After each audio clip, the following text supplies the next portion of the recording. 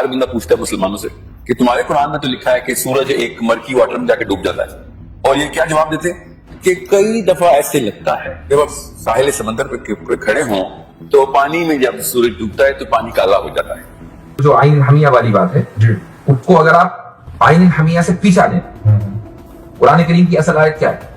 وَوَجَدَهَا تَغْرُبُ فِي عَيْنٍ حَمِيَّةٍ وَوَجَدَهَا ذوالقرنین اس کے وہ ہیں فاعل جس کو کہتے ہیں، یعنی ذوالقرنین نے پایا، گویا کہ وہ عین الحمیہ مرکری واٹر میں یا مڈی واٹر میں وہ غروب ہو رہا ہے۔ اس میں قرآن نے یہ نہیں کہا کہ انہوں نے دیکھا، انہوں نے پایا، ایسا لگا۔ تو یہ جو لگنا ہے نا، یہ کہیں بھی لگ سکتا ہے۔ مثال کے طور پر آپ اگر ساحل سمندر پہ کھڑے ہیں آپ کو لگ سکتا ہے۔ جی آپ اس کا ترجمہ لگا دیتے ہیں کہ یہ وہاں پہنچا بلیک سی کے اوپر، چونکہ اس کا پانی کالا ہے تو وہاں اس نے کھڑا ہو کے دیکھا تو اس کو پھر مغرب کا ٹائم تھا اور سورج جو ہے وہ ڈوب رہا تھا۔ تو باقی جگہ نہیں لگتا، نہیں لگتا، بس اس جگہ اس جن سمندروں میں جس موسم میں لگتا ہے اس موسم کی آیت ہے۔ ہر دفعہ تو ایسے نہیں لگتا، اور اگر سمجھنے لگتا بھی ہے تو کیا اصل میں پانی میں ڈوب رہا ہوتا ہے سورج؟ ہمیں بھی پتا ہے نا، اصل میں پانی میں ڈوب رہا تھا۔ اور تیسری بات، ذوالقرنین کیا پہلی دفعہ سمندر کے اس پہ آئے تھے؟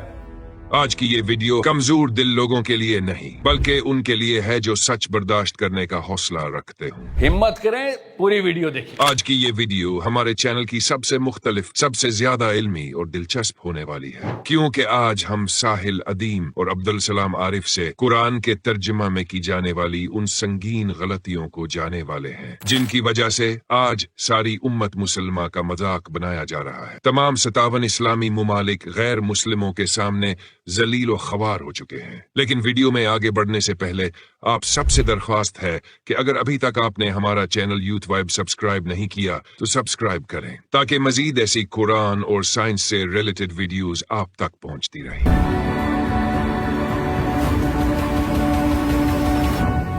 اور یہ لوگ تم سے ذوالقرنین کے بارے میں پوچھتے ہیں، آپ کہتے ہیں کہ میں ان کا تھوڑا سا حال تمہیں پڑھ کر سناتا ہوں۔ واقعہ یہ کہ ہم نے ان کو زمین میں اقتدار بخشا تھا، ہم نے اسے زمین میں قوت عطا فرمائی تھی اور اسے ہر چیز کے سامان بھی عنایت کر دیے تھے۔ انہوں نے ہر کام کے وسائل عطا کیے تھے۔ کیا رک جائیں یہاں پہ آگے؟ بس رک جائیں یہاں۔ سب مسلم امت رک جائیں، یہ ترجمہ دوبارہ نہیں۔ انہوں نے ترجمہ کیا ہے سباب کا، ہر چیز کے سامان بھی عنایت کر دیے۔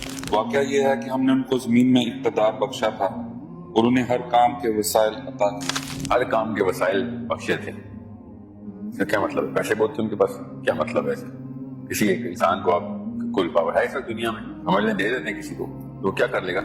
میں نے آپ کو روکا اس لیے ہے، دکھایا اس لیے ہے کہ ہم یہ دیکھیں کہ ہمارے ساتھ ترجمہ کرتے ہوئے اس قوم اس امت کے ساتھ کتنا ظلم ہے۔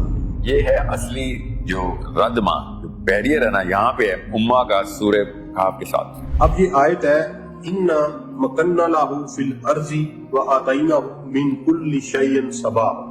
ان مکنا لہو فی الارض، کہ ہم نے دنیا میں اس کو قائم کر دیا تھا۔ This is he is established over the land. He's the owner of the land. He's the king of the land. Zulqarnain کے تابع ہے ساری دنیا۔ ہم نے اسے زمین کے اوپر مکنہ مکان عطا کیا، یعنی قوت لگا لے مکنون کیا، ریزیڈنشل بنایا اس کو، مکنہ مکان عطا کیا اس کو۔ یہاں پہ آیت کا یہ حصہ پورا مکمل ہو چکا ہے۔ اب جو کچھ ارض میں ہے وہ اب قائم کر دیا گیا ذوالقرنین نے، ٹھیک ہے؟ آگے آیت کچھ اور کہہ رہی، اب ارض کی بات نہیں ہو رہی کہ وَآتَيْنَهُ مِن كُلِّ شَيْءٍ سَبَبًا، اور یہ تو دے دیا دنیا میں جو کچھ تھا وہ تو دے دیا، اور ہم نے اس کو کیا دیا وہ اللہ تعالیٰ بتا رہے ہیں کہ اور ہم نے اس کو سبب عطا کیا۔ وَآتَيْنَهُ، اور اس کو عطا کیے، من کل شیء سبابا، سبابا کا لفظ کیا اس کا مطلب سامان ہے؟ وَآتَيْنَهُ من کل شیء سبابا، اب سبب کیا ہے؟ وسائل۔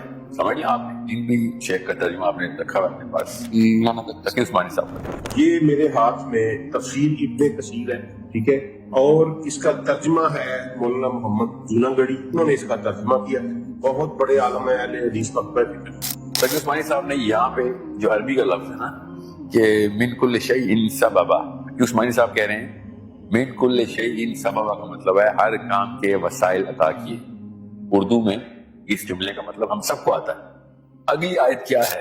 اس سے بالکل اگلی آیت میں قرآن پاک کہتا ہے فَأَتْبَعَ سَبَابًا، پچھلی آیت میں ترجمہ کر رہے ہیں کہ ہم نے اسے تمام سامان مہیا کر دیا تھا، अगली आयत में वही लफ्ज यूज हो रहा है फअतबा सबाबा, तो यहाँ वो कहते हैं वो एक राह पे चला और एक रास्ते के पीछे चल पड़े। जी, और एक रास्ते के पीछे चल पड़े। आप और समझिए, मिन कुल्ल शैइन सबबा, हर काम के वसाइल अता कर दी।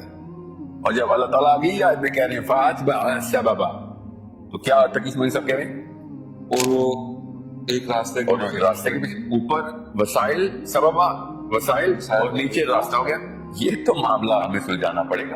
यानी पिछली आयत में एग्जैक्ट एक वर्ड के बाद मिन कुल्ली शैइन सबाबा, अगला लफ्ज फअतबा सबाबा, यहाँ वो तर्जुमा कर रहे हैं वो एक राह पर चल। कितनी बड़ी कंट्राडिक्शन। एक लफ्ज में एक ही लफ्ज एग्जैक्ट सबाबा का लफ्ज एक लफ्ज के गैप के साथ एक जगह पे आप तर्जुमा कर रहे हैं कि हम इसका मतलब है सामान, और अगली जगह पे आप तर्जुमा कर रहे हैं सबाबा का रास्ता। जब अल्लाह ताला कह रहे हैं मिन कुल्ल शैइन सबबा, हर चीज के रास्ते दे दिए, तब कहीं जाके अगली आयत फअतबा सबबा के ऊपर रास्ता पूरा हो। क्योंकि आयत तीसरी दफा सबबा अल्लाह ताला फिर आई, सुम्मा अतबा सबबा अल्लाह ताला फिर बताएंगे, क्योंकि वो एक रास्ते में नहीं गया, वो अभी जहां पे गया इस रास्ते से होता हुआ इस जगह पहुंचेगा, अल्लाह ताला ने बताया है। और फिर वो एक और रास्ते पे उल्टी तरफ चलेगा, उस रास्ते के बिल्कुल उल्टी तरफ, वो अल्लाह ताला फिर बताएंगे। अभी इरशाद फरमाएंगे सुम्मा अतबा सबबा। जब मैंने इसको इस हवाले से स्टडी किया कि सबाबा का लफ्ज कहाँ कहाँ यूज हुआ है, मैं आपको नोट करवा देता हूँ। आप खुद गौर करिएगा, उसके ऊपर खुद पढ़िएगा और देखिएगा कि सबाबा का लफ्ज कुरान कहाँ कहाँ यूज कर रहा है, उसका क्या। सूरह नंबर 22 आयत नंबर 15, फिर उसके बाद सूरह नंबर 36 आयत नंबर 38, फिर उसके बाद सूरह नंबर 38 आयत नंबर 10, फिर उसके बाद सूरह नंबर 40 आयत नंबर 36 37। अब वसाइल कहां से आ गया सबबा? ये है एक मसला जो कि मैं कब से सॉल्व करवाने की कोशिश कर रहा हूँ मुसलमान स्कॉलरशिप का, कि ये लफ्ज क्यों यहाँ पे वसाइल के माने में ले लिया जा रहा है। अरब के किसी स्कॉलर ने नहीं लिया हुआ, इस बरसगीर के तमाम स्कॉलर यहाँ पे आके सबबा को वसाइल अता कर देते। हालांकि नीचे खुद कुरान बता रहा है कि रास्ते हैं। यहाँ भी सबाबा का लफ्ज यूज हुआ है, और सबाबा का लफ्ज जहाँ कहीं भी यूज हुआ है कुरान पाक में, वहाँ सराहत के साथ सबाबा का मतलब है कि ये वो रास्ता है जो आसमान की तरफ है। वसाइल पे तो नहीं चल पड़ा ना, वो वसाइल पे तो नहीं चलते। तो यहाँ पे क्यों हमने ये मुहावरा इस्तेमाल करने की कोशिश, क्योंकि वो वाली सेंस हमारे पास अभी नहीं आई। हत्ता इज़ा बलगा, यहाँ तक कि वो उस जगह पहुंचा मगरिब शम्स, जहाँ उसने सूरज को गरूब होते हुए पाया। फी ऐनी हमिया, इसको ऐनिन हमिया अल्लाह ने कहा, ऐनिन हमिया। ऐन, फी ऐन आँख को भी गए, ऐन देखने को भी गए। फी ऐनी हमिया, ये जो हमिया है ये खास एक मिट्टी है, ब्लैक मट्टी। वो आँख की तरह, फी ऐनी हमिया, आँख की तरह की कोई चीज की। हमिया किसको कहते हैं? गदले स्याह कीचड़ को। उसने सूरज को गदले स्याह कीचड़ में डूबते हुए पाया। इसका एक मतलब आसानी से ये जा सकता है कि वो ब्लैक कलर की ऐसी मिट्टी के पास गया जहाँ पे जो आंख की शक्ल की भी थी। कुछ ज़हन में तस्वीर बनती है आजकल के इल्म के मुताबिक, वो आंख की शक्ल की मिट्टी काले रंग की, हाँ ब्लैक जी। तो अल्लाह ताला जब आईन हमिया बोलते हैं तो हमने क्यों इसमें से पानी वाला फवारा निकालना होता है?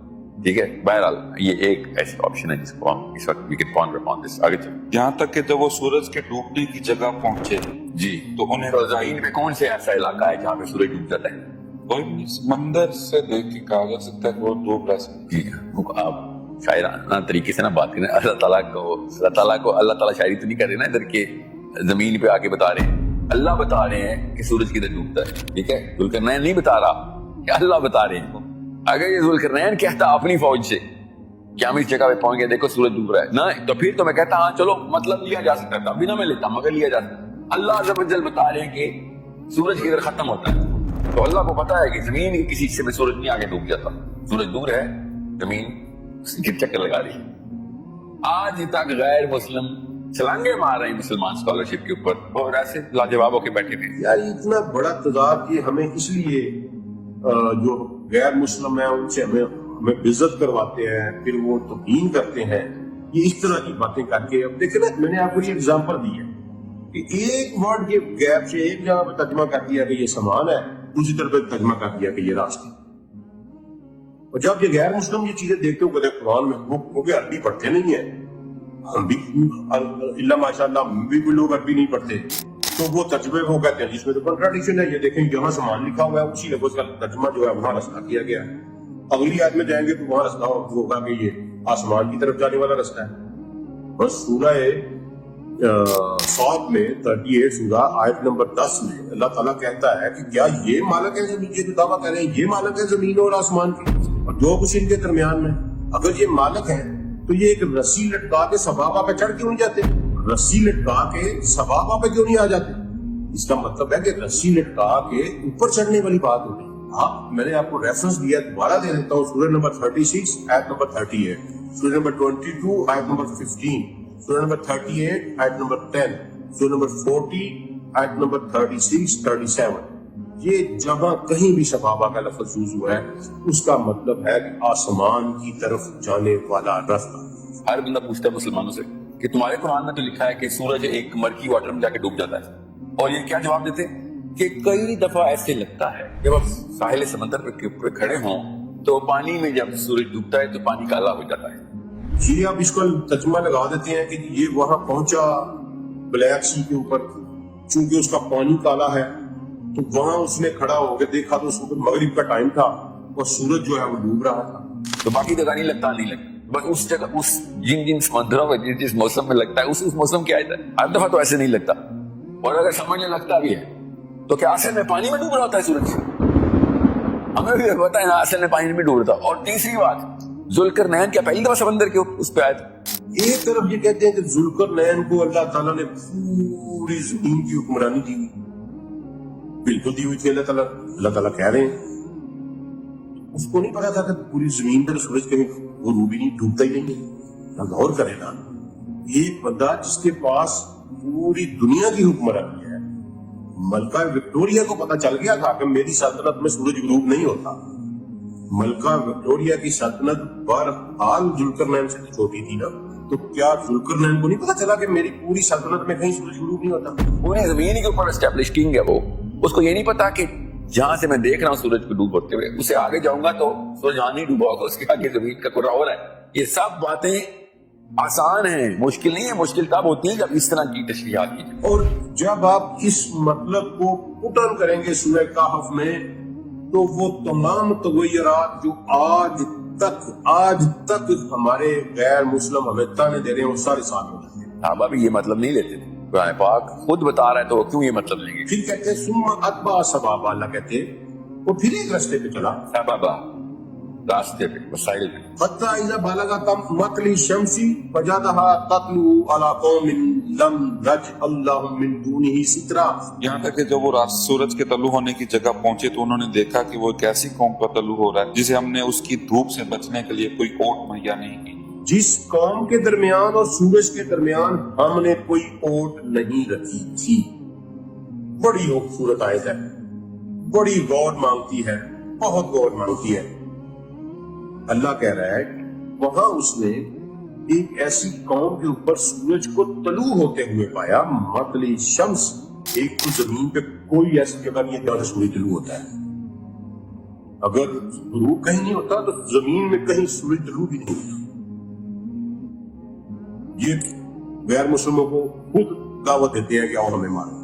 जिस मर्जी मतलब में ले लें, जो मर्जी साइंस लगा लें, दुनिया में ऐसा कोई इलाका नहीं है कि जहां पे कौम को सूरज से प्रोटेक्शन नहीं।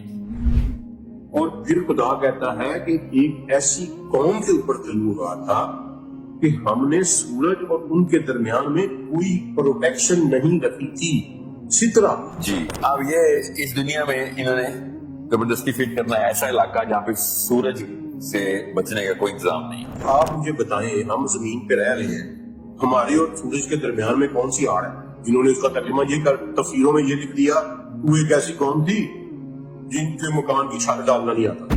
वो यार क्या मेरा बातें कर रहे हैं। दुनिया कुर्रा है, जो भी हिस्सा इस कुर्रे का सूरज से प्रोटेक्टेड है, जिस वजह से वो वजह कुर्रे के ऊपर लपेटी है, वहां से सूरज की प्रोटेक्शन, सूरज से प्रोटेक्शन होगी। इसका पास एक ही मतलब है कि अर्थ की प्रोटेक्टिव लेयर के अंदर एक सुराख है, उस सुराख के थ्रू सूरज की किरणें अपनी तमाम तरह रेडिएशन नीचे लेके आई और जुल्करनैन उस जगह पे पहुंच गए। आप जमीन पे और हमारे दरमियान अल्लाह ने कौन सी मकान तो हमने खुद बनाए हैं, छत तो हमने खुद बनाई है, अम्ब्रेला हमने खुद बनाई है। अल्लाह ने जमीन और हमारे दरमियान कौन सी प्रोटेक्शन रखी हुई है?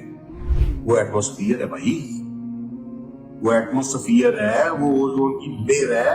اللہ تعالیٰ کہہ رہا ہے کہ میں نے ایسی قوم کے اوپر اس کو بھیجا جن کے اوپر سورج طلوع ہوتا تھا, لیکن میں نے ان کے اور سورج کے درمیان میں کوئی پروٹیکشن نہیں بنائی تھی. اور آگے زور دے رہا ہے کذالک, یقین کرو ایسے ہی ہے, وقد اتنا بما لدیہ کبرا, اور ہم نے اس کے آس پاس ہر خبر کا احاطہ رکھا. تو وہاں پہ ایک ایسا پلانٹ ہے جہاں پہ اس طرح کا ایٹموسفیئر نہیں ہے جو سورج سے پروٹیکٹ کر سکے, جیسے ہماری پلانٹ ارتھ کا ہے, جو کہ ہمیں سورج سے پروٹیکشن ملتی ہے. تو یہ وہ ایک ایسی قوم پہ پہنچے جس کے اور سورج کے درمیان میں ایٹموسفیئر نہیں تھی, کیونکہ اللہ نے ہمارے اور سورج کے درمیان جو پروٹیکشن بنائی ہے اس کا نام ایٹموسفیئر ہے. لیکن حسن السلام نے اس قوم کے بارے میں بتایا کہ یہ قوم ایسی تھی کہ جو دن کو پانی کے اندر چلی جاتی تھی اور رات کو پانی کے باہر آ جاتی تھی, کیونکہ رات کو سورج جو ہے وہ الٹی طرف ہوتا ہے پلانٹ. تو صاف سمجھ آ رہی ہے کہ یہ کسی اور قسم کی مخلوق ہے. اب حضرت حسن علیہ السلام کے بارے میں کوئی یہ کہہ دے کہ حدیث ضعیف ہے, تو جس نے بھی یہ حدیث ضعیف جھوٹ باندھا ہے حضرت حسن پہ, اس کو یہ پتا تھا کہ ذوالقرنین زمین میں نہیں تھا, کیونکہ وہ مخلوق زمینی نہیں ہے جس کی وہ بات کریں. اور اگر یہ حدیث ضعیف ہے کسی وجہ سے, مگر متن حسن علیہ السلام صحیح ہے, تو پھر تو حسن علیہ السلام کو ہی پتا تھا کہ وہ اس پلانٹ پہ نہیں. تو شواہد تو ہمارے پاس سارے ہیں, صحابہ کی ٹیسٹمنی سے ہی سارے کے سارے شواہد دے. تو اس لیے کوئی یہ نہ کہے سلف صالحین کو کوئی اور مطلب سمجھائے, ساحل میں آنکھوں کو چھوڑ, سلف صالحین کو جو بھی مطلب سمجھائے, صحابہ کو جو مطلب سمجھائے, میں ادھر سے کھینچ رہا ہوں, بیچ میں جو کوئی بھی آ جائے وہ میرا نبی نہیں. اب ہم نے بڑے بالکل اپنی تمام جو ہماری ہے اٹیچمنٹس فقہ ورک کے ساتھ, کسی فرقے کے ساتھ, اسے بالا تر ہو کے سوچنا ہے, کیوں کہ ہم صرف حق چاہتے ہیں, اللہ سے صراط مستقیم کے طلبگار ہیں. ہمارا کوئی تعلق نہیں ہے کسی مرتبہ فکر سے, کسی فرقے سے, کسی عالم دین سے, بالکل قطعی طور پر ہم محمد صلی اللہ علیہ وسلم اور ان کے عظیم صحابہ اکرام رضوان اللہ علیہم اجمعین کے پیروکار ہیں. ہم رسول اللہ صلی اللہ علیہ وسلم کو اپنا سب سے بڑا مرشد, سب سے بڑا ہادی مانتے ہیں. میرے رسول صلی اللہ علیہ وسلم نے غدیر کے خطبے میں اس کتاب کو ہاتھ میں پکڑ کر کہا تھا کہ اللہ کی کتاب, اللہ کی کتاب, اللہ کی کتاب میں تمہارے درمیان چھوڑ کے جا رہا ہوں. 3-4 دفعہ ترغیب دلائی تھی کہ اس کو پکڑے رکھنا, اس کو پکڑے رکھنا. پھر سورہ نمل میں قرآن پاک کی ایک بڑی خوبصورت آیت ہے کہ یہ وہ کتاب ہے جس میں ہر چیز کا بیان ہے, ہر کل شیء کا لفظ یوز کیا گیا ہے, لتبین کل شیء. تو ہمارا یہ ایمان ہے کہ ہماری سمجھ, ہماری عقل ناقص ہو سکتی ہے, اس کتاب میں ہر چیز کا علم ہے, ہم وہاں تک نہ پہنچ سکیں, یہ ہماری جدوجہد کی کمی ہو سکتی ہے, ہمارے شعور کی کمی ہو سکتی ہے, ہمارے علم کی کمی ہو سکتی ہے, لیکن یہ کتاب سچی ہے اور اس میں ہر چیز کا علم ہے. نبی نے جن کو سمجھایا ان سے میں سمجھ رہا ہوں, انہوں نے ڈائریکٹ لکھ کے دیا ہے. آپ کوئی قوی حدیث لے کے آ جائیں کہ ذوالقرنین زمین پہ ہی تھا, یا آپ ضعیف حدیث ہی لے آئے کہ ذوالقرنین زمین پہ تھا, تو میں مان لوں گا. آپ کے پاس تو ضعیف حدیث بھی نہیں ہے, کبھی تو چھوڑے. میرے پاس اگر ساری ضعیف حدیثیں بتا رہی ہیں کہ ذوالقرنین آسمان کی طرف گیا تھا, تو آپ کے پاس کم از کم ضعیف حدیثیں ہونی چاہیے کہ نہیں ذوالقرنین زمین پہ ہی گیا. تو اس لیے یہ بات بتائیے کہ آپ کے بزرگان نے کیا لکھا ہے. میں میرے بزرگان, اپنے بزرگان, صحابہ اور اپنے نبی کی طرف سے آپ کو یہ بیانیات جاری کر رہا ہوں. سو آپ نے کاؤنٹر کرنا ہے تو اسی انسٹرومنٹ کے اوپر کاؤنٹر کریں, اسی وزن کی کوئی دلیل لکھیں, اپنے کسی بزرگ کے اقوال نہ لکھیں کہ انہوں نے کیا سمجھا. آگے اللہ کہتا ہے ثم اتبع سبابا, پھر وہ ایک اور راستے پہ چلا, یہ تیسرا راستہ آ گیا. پہلے پہ وہ پہنچے جہاں سورج غروب ہو رہا تھا بلیک کلر کے کیچڑ میں. دوسرے پہ پہنچے کہ سورج طلوع ہو رہا تھا ایک ایسی قوم کے اوپر جس کے درمیان پروٹیکشن, اس کے اور سورج کے درمیان پروٹیکشن نہیں تھی. اور تیسری ایسے ایک اور راستے پہ چلا حتی اذا بلغ بین السدین, یہاں تک کہ جو 2 پہاڑوں کے درمیان پہنچے. یہ آپ غور سے سمجھیں. آگے یہ جملہ پورا آیت پوری کریں جو ترجمہ لکھا ہوا. میں قرآن پاک کا ترجمہ پڑھنے لگا ہوں, پھر وہ ایک صفحہ کے سامان میں لگا, یہاں پھر سامان ترجمہ کر دیا. کتنے ظلم کی بات ہے یار کہ پچھلی آیت میں آپ ترجمہ کر رہے ہیں, پھر وہ ایک اور راہ کے پیچھے لگا. ثم اتبع سبابا, آیت نمبر 89, फिर वो और राह के पीछे लगा। और आयत नंबर 92 में सुम अतबा सबाबा, ना शेर का फर्क है ना जबर का फर्क है, सुम अतबा सबाबा, और तर्जुमा आप कर रहे हैं वो फिर एक सफर के सामान में लगा। यार वो एक सफर के सामान में लगा, वो एक सफर के सामान में लगा, या क्या ये ग्रामेटिकली दुरुस्त जुमला है? आप कायनात के मालिक को, जिसके सामने किसी की बलागत कोई नसीहत नहीं लगती, आप इस काबिल नहीं समझते उस कायनात के मालिक को कि वो ग्रामेटिकली एक गलत जुमला बोलेगा?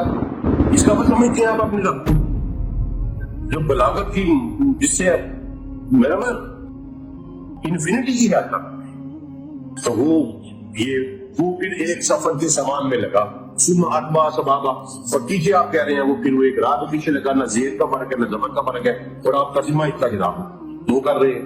तो गैर मुस्लिम पढ़ेगा तो वो क्या करेगा? मुंह पे दे मरेगा। यहाँ तक कि जब वो दो पहाड़ों के दरमियान पहुंचे तो उन्हें पहाड़ों से पहले कुछ लोग मिले जिनके बारे में ऐसा लगता था कि वो कोई बात नहीं समझते। जी हाँ, आप ध्यान रखें, एक हत्ता इज़ा बलगा बैन सद्दैन, कहाँ है पहाड़? इधर अरबी में तो कहीं लिखा पहाड़ों के बीच में पहुंचे, पहाड़ का तो लफ्ज ही नहीं है आयत में। बैन सद्दैन के बीच में आए और समझ लें कि ये पहाड़ है, तो इसी आयत का आखिरी लफ्ज आपने पहाड़ में लेना था, वो तो नहीं लिया किसी ने। कुरान और हदीस की बात को शेयर करना सदका जारिया है, तो जल्दी इसे अपने तमाम मुसलमान बहन भाइयों तक पहुंचाएं। मैंने तो कई दिनों की मेहनत लगाकर इस वीडियो को आप तक पहुंचाया है, अब आपकी बारी है। जज़ाकल्लाह खैर।